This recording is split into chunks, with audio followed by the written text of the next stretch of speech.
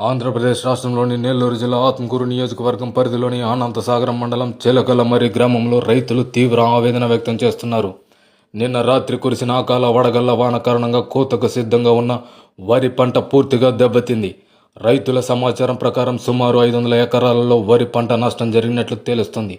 పెట్టుబడుల కోసం తీసుకున్న అప్పులు తీర్చలేని పరిస్థితుల్లో రైతులు తీవ్ర ఆర్థిక సంక్షోభాన్ని ఎదుర్కొంటున్నారు.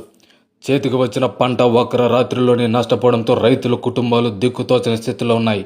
ప్రభుత్వం వెంటనే స్పందించి నష్టాన్ని అంచనా వేసి బాధిత రైతులకు తక్షణ సహాయం అందించాలని స్థానిక రైతులు కోరుతున్నారు. సంబంధిత అధికారులు వెంటనే ఘటనా స్థలాన్ని పరిశీలించి రైతులను ఆదుకోవాలని విజ్ఞప్తి చేస్తున్నారు.